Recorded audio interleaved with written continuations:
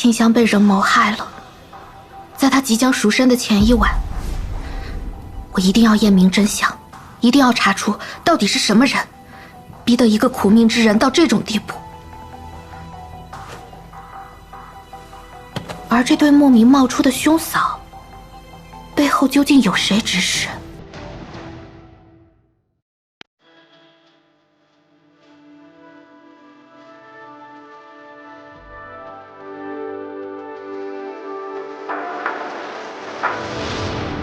一段要告别的旅程。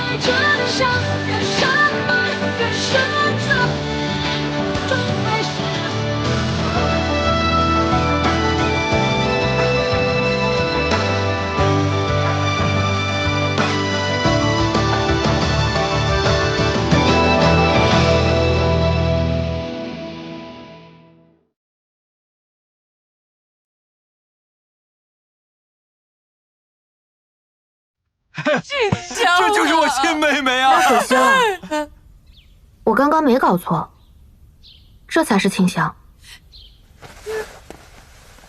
你有完没完？有准没准你？这话该问你们，自己的亲妹妹都认不清吗？我们跟她见面也不多呀，还敢狡辩！来人，在，拉出去给我打，打到说实话为止。是，王爷。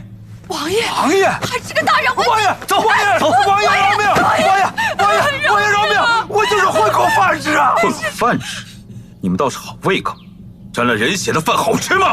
不敢了，不敢了！蓄意愚弄朝廷命官，已经足够把你们法办。若再敢有半字虚言，不敢了！你们一口咬定是庆香的兄嫂，却不去教坊索要赔偿。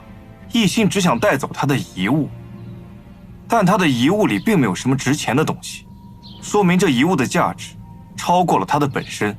说，你们有何图谋？王爷，我不敢有图谋啊！是有人找到我说让我把他遗物偷走，给我2两银子，事成之后再给5两。为何会找你们2个？我们也不知道啊，王爷明鉴，王爷明察呀。那人长什么样？还记得吗？他嘴有点大，脸有点方。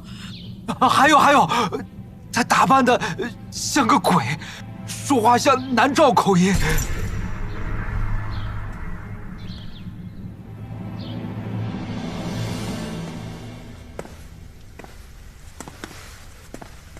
王爷，怎么样了？老嚷嚷着要见鬼差给他续命，老说自己要死了什么的，人不人鬼不鬼的。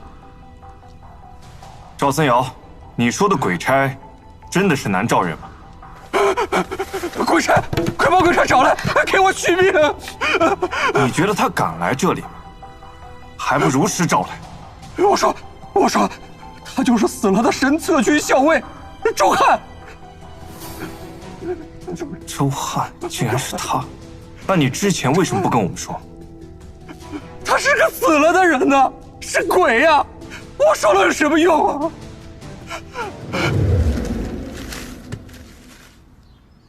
我已着人调查了那对假兄嫂，的确是2个江湖骗子，能供认出周翰，应该不会撒谎。王爷，你想到什么了？右承安的话，这个假周翰冒充鬼差，在长安城频繁活动。他们选择了最易引发肝霉疮，也最易聚集达官贵族的教坊。利用沁香这些姑娘，通过所谓的迷香招揽生意，再通过男女之事扩散肝霉疮，在长安制造恐慌，最后再将沁香灭口。据画眉姑娘回忆，此香出现已有半年之久。南诏选择如此阴毒又不露痕迹的手段，草蛇灰线，暗藏雷霆之军。沁香被杀，肯定是灭口。他们想遮盖的，定是一局更大的棋。南诏到底在图谋什么？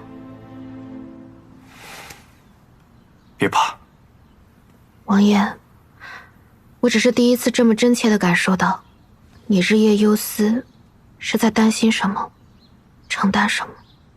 大唐和南诏的战火，早就已经在暗处燃起了。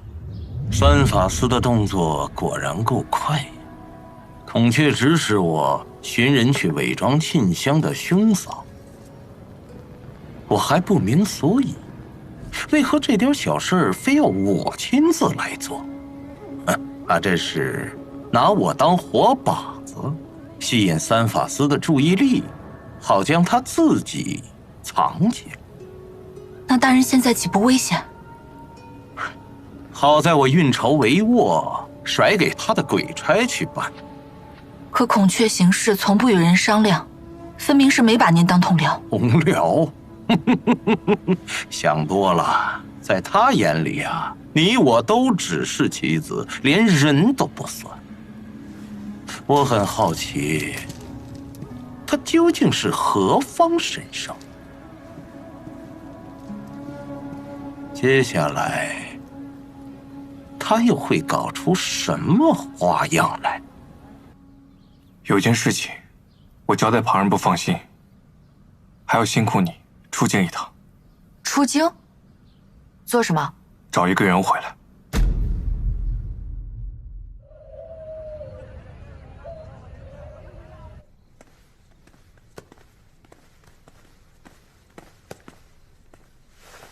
臣门下省左拾1万千山，有事参奏。状元郎，今日又要参谁啊？臣的奏折当中皆有说明。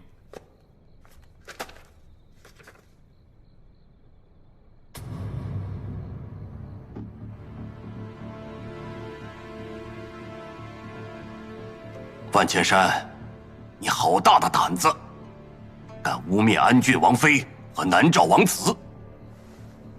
臣只是将坊间传闻及亲眼所见如实回禀，不敢凭空捏造。此事在坊间传得厉害，街头巷尾议论纷纷。此事朕心里有数，自会查个明白。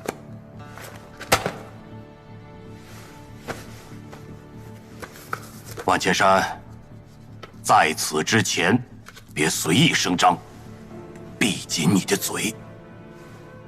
是，臣告退。陛下，贵妃啊，赐座。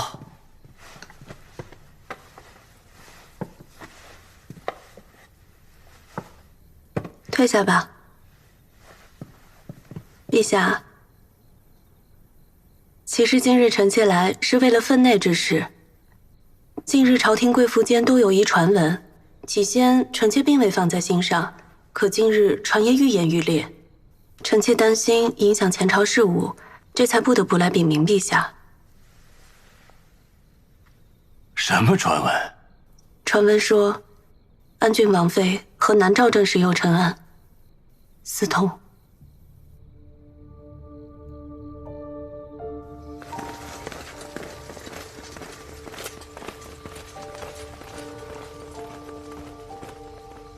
哟，万大人，万大人，几位大人怎的还未归家？哎，这不是说起了最近安郡王妃的传闻，王府之爱，国之不幸啊！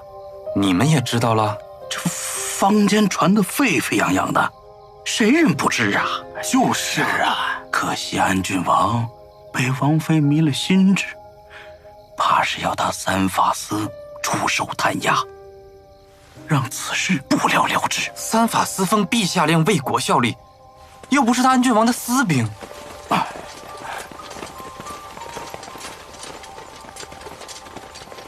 这私兵不私兵的，陛下宠爱安郡王，他军不救，谁能说什么？你能说什么？可是三法司，万大人呐，咱就别在这宫门口惹人眼了，这样咱找一个能说话的地方，咱们边吃边说。啊，对，走，咱们边吃边说。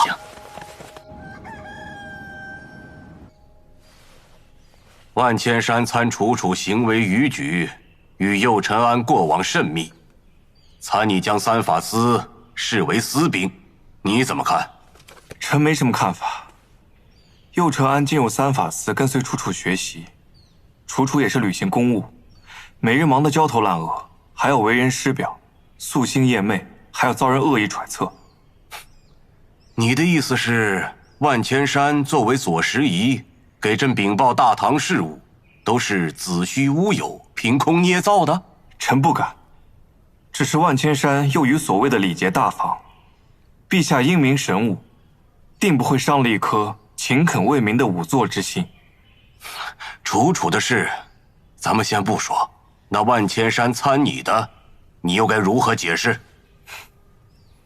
参臣的人如过江之鲫，不止他万千山一个。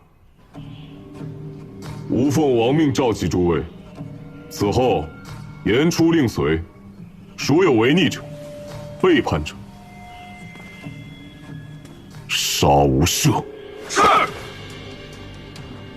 接下来，我们就在这个长安城掀起一波风浪。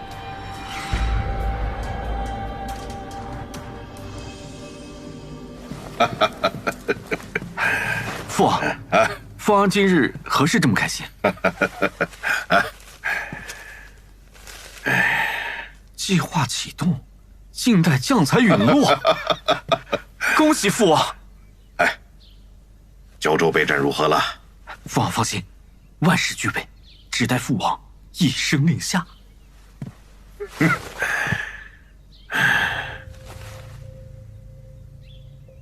大概月前，便有了王妃和右陈安的流言。本来民间就好奇皇亲国戚内柴的事，再加上王妃的身份特殊，这好家伙，这个谣言传的是越来越离谱，越来越邪乎。属下倒是认为，这流言呢，像是有人在背地里偷摸着推着传的。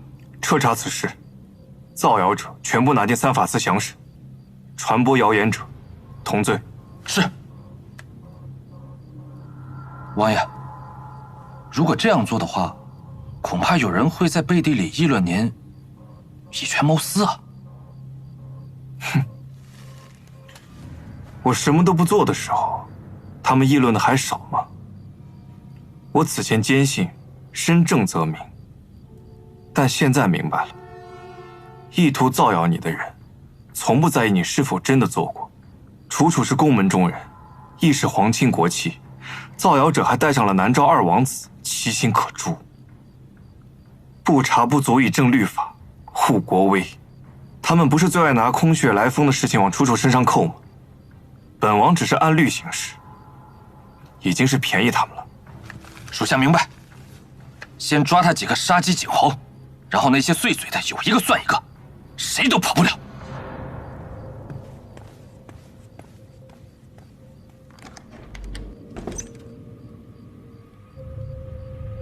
你们这不就是结党吗？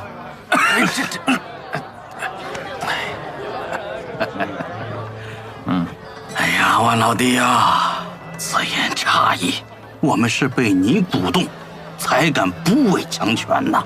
是啊，是。不必。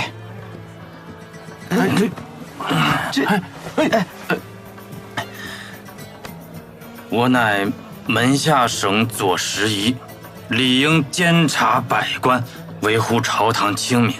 是。今后几位有问题，我也会如实奏禀陛下。万大人，好。万老弟说的对，啊，说的对。你看，我们好不容易一聚，不谈国事啊，不谈。没错，是不谈国事。既然来了教坊，不妨听一听你那首被谱了曲的《讨南诏檄文》，这可是眼下京中风头正盛的词啊！我们不谈国事，只听曲儿。我怎么来了教坊了？不行，我先走一步。包大人。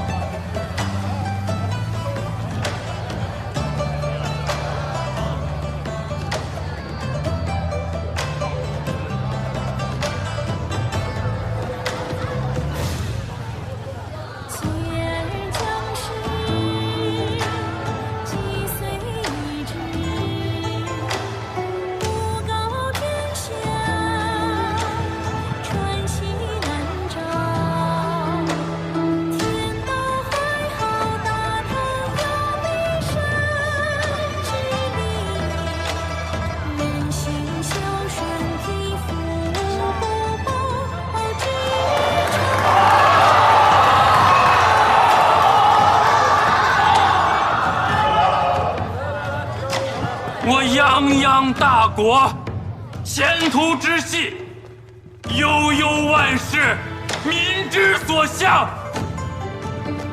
胶州兵马，如虎似狼，振戈达旦，烽烟相望。雄兵凛凛，剑指八荒，卑微小人，以消以正。公子，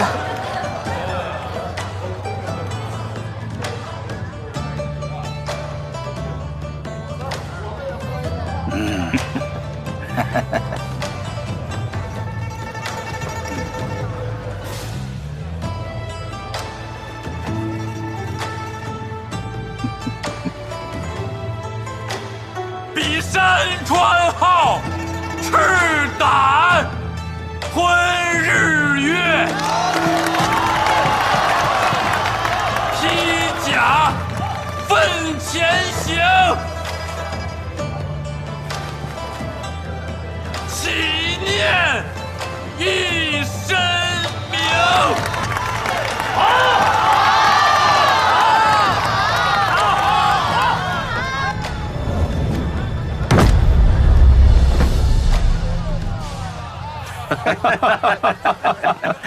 这是给我干啥？公子，公子，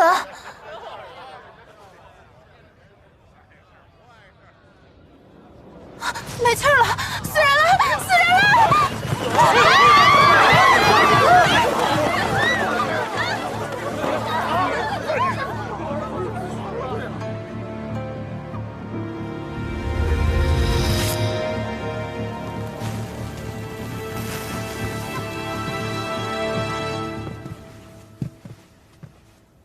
王爷，我再去盘问一番。哎，等等，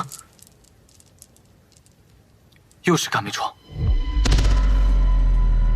死者身上没有明显的外伤，看唇色和指甲，也没有砒霜一类毒物中毒的迹象。那最有可能的，就是他身染干梅疮，又饮酒过量，才病重猝亡。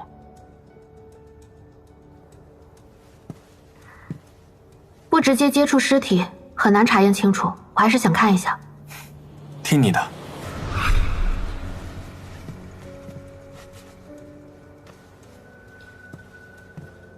禀王爷，死者身上确实无明显外伤，肌肤上见有如饭粒大小的暗红恶疮，像是干梅疮的症状，但只是这么一看，无法确定是否是致死原因，需要带回三法司详细检验才能知道。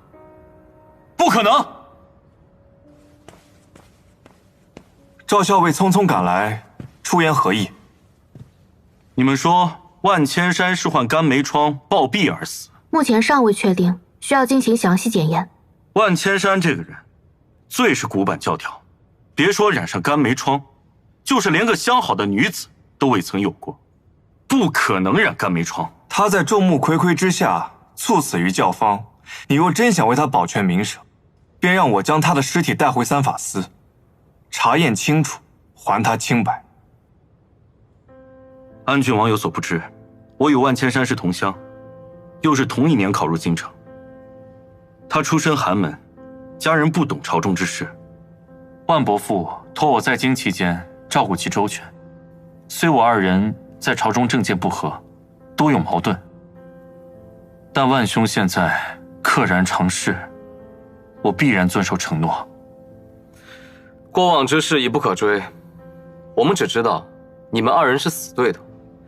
如今万千山暴毙身亡，你又阻止我们验尸，莫不是万千山之死和你有关系？你血口喷人！赵校尉，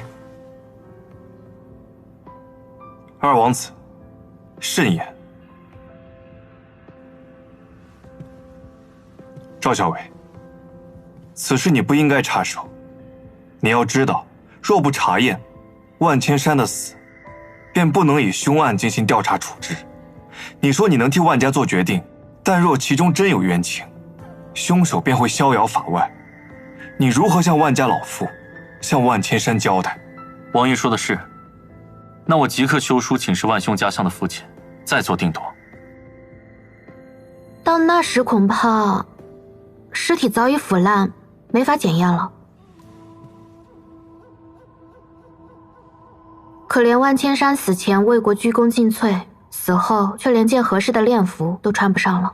感谢王妃提醒，回去我就会找人将他大葬。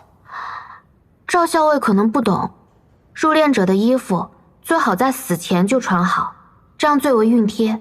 如果是这种夭寿者，那最好也是身体余温尚存之时穿好，否则躯干僵硬，四肢肿胀，手脚痉挛，那再好的衣服也无法穿戴合身了。哦，对了，夭寿者的衣服5件合一，裤子要比上衣少2件。一般入殓者怕是不懂，这还只是小殓，若是大殓，要在棺底铺上一层草木灰，防止腐蚀。校尉要谨记啊！原来大唐有这么多复杂的仪式，又跟师傅学到了。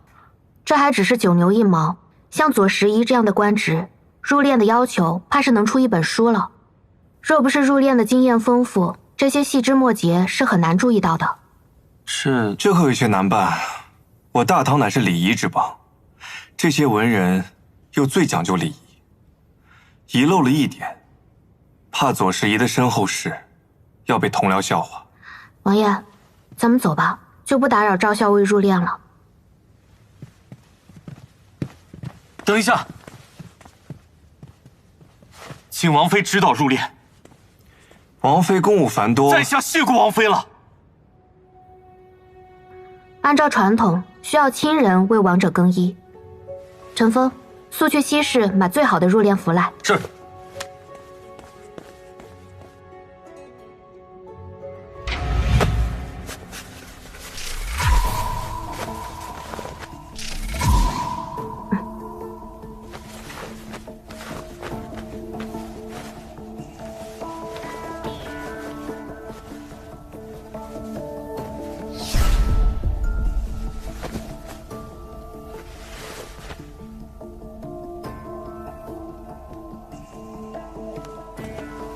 这万千山死时应该是有陌生人出入教坊的，但当时战歌响奏，整个教坊人都跟着唱和，吵吵闹闹，根本找不全人。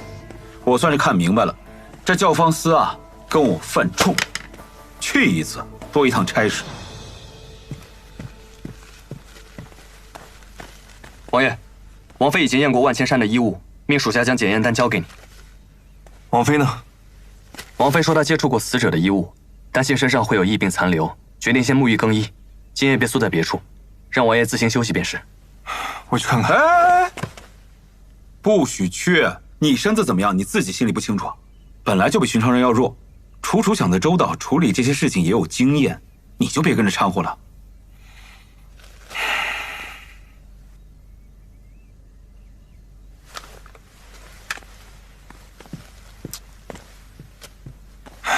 这段时间我真的是乱了阵脚。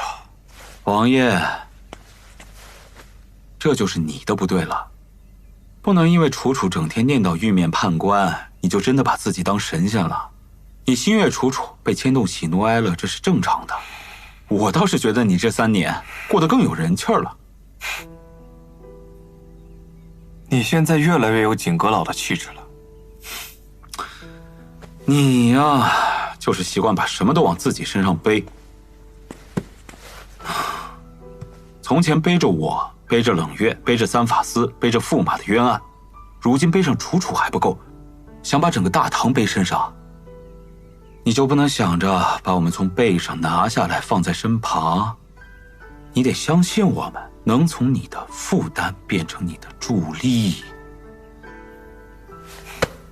我从来没觉得你们是我的负担，谢谢你，把我从牛角尖里拽出来。跟我客气什么？真要客气啊，把我输给你那些银子还给我。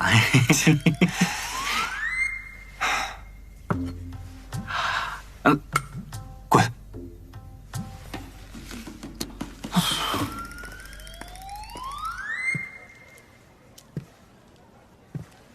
这次这件事情是不是孔雀所做？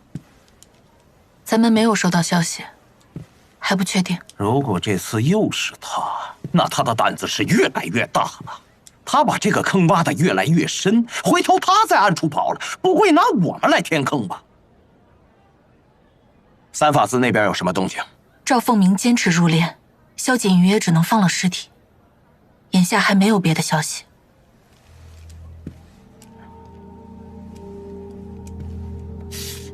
如此一来，倒也焉知非福啊！那后面的事，趁热打铁，抓紧办。王爷，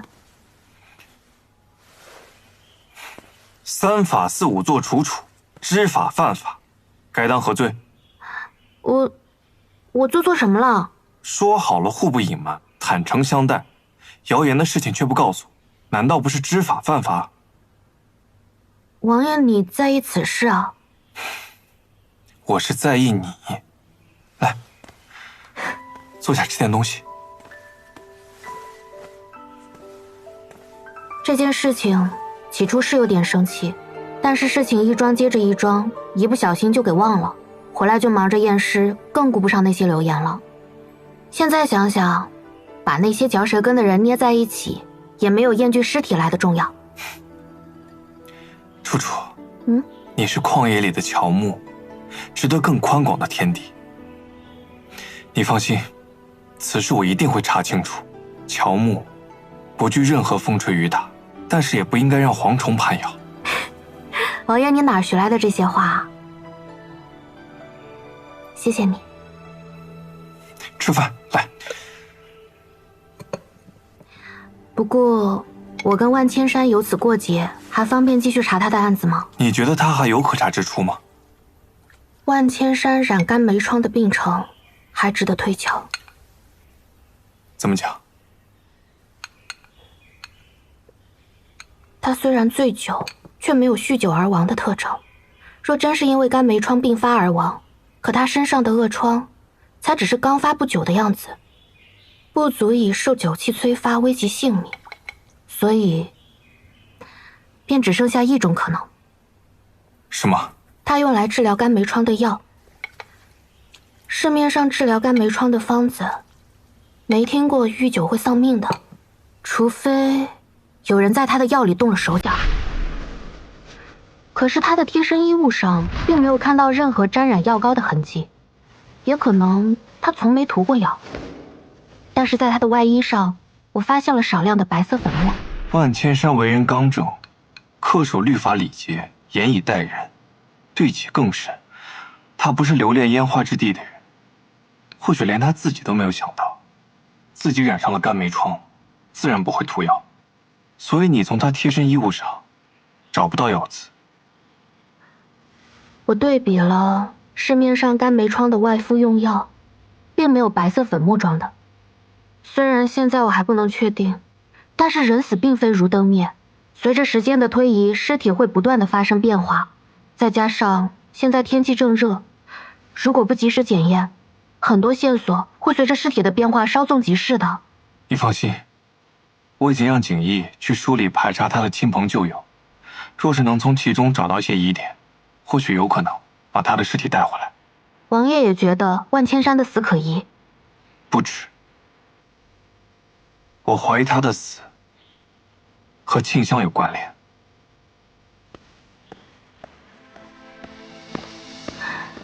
王爷，宫里来人传你和景少卿进宫。这么早？什么事？金公公带话来说，不是好事儿。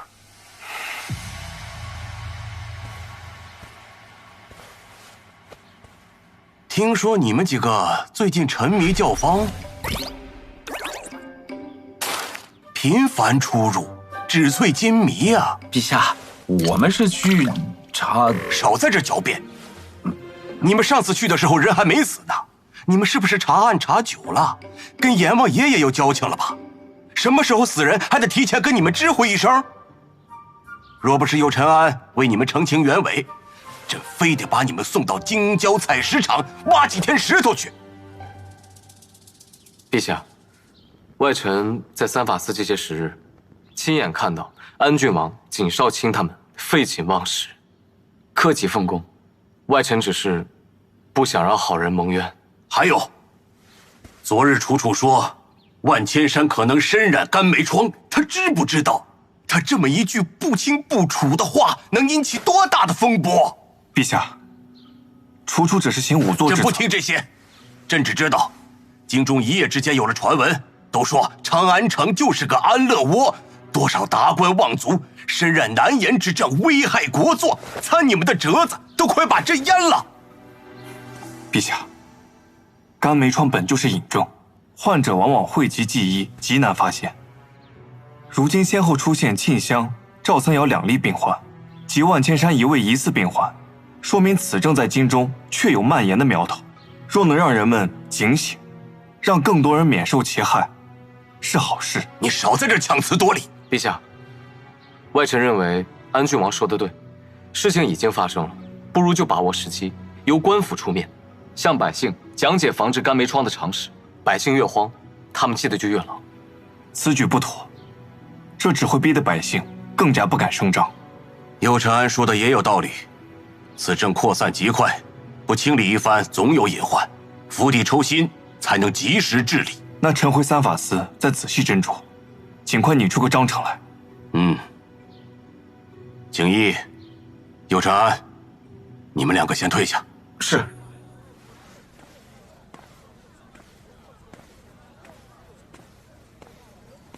哎呀，赵小将军，看您今日红光满面，想必是心情不错。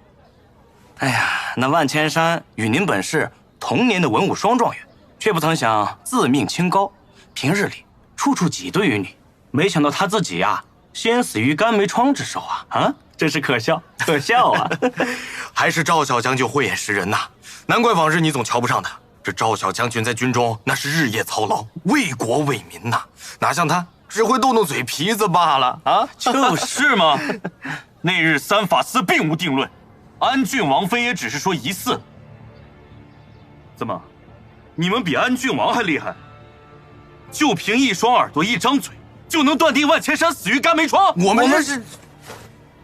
我告诉你们，以后要是再让我听见你们在背后嚼舌根子，我就打断你们的狗腿！是。刚才右承安在时，你欲言又止，是又有什么能让朕夜不安枕的好消息了？神官法师一案，背后恐有其他的阴谋。赵森瑶也成为被别人利用的箭。你是说，从神官法师到沁香，再到肝霉疮，可能都与南诏有关？是。背后之人行事缜密，三法司尚未拿到确凿的证据和关键信息，能撒下如此周密的网，南诏怕是蓄谋已久。他们一面滋扰边境，一面在长安行事，野心不小。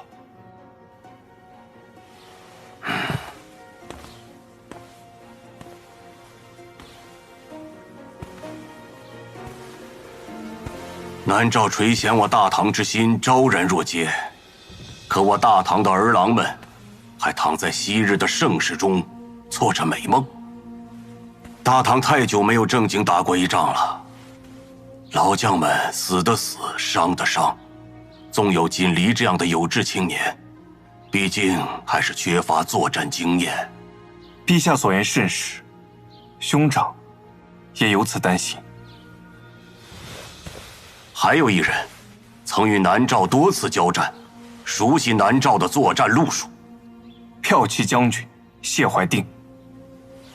朕这就下旨，让谢怀定前往胶州，他任主帅，锦离任副帅。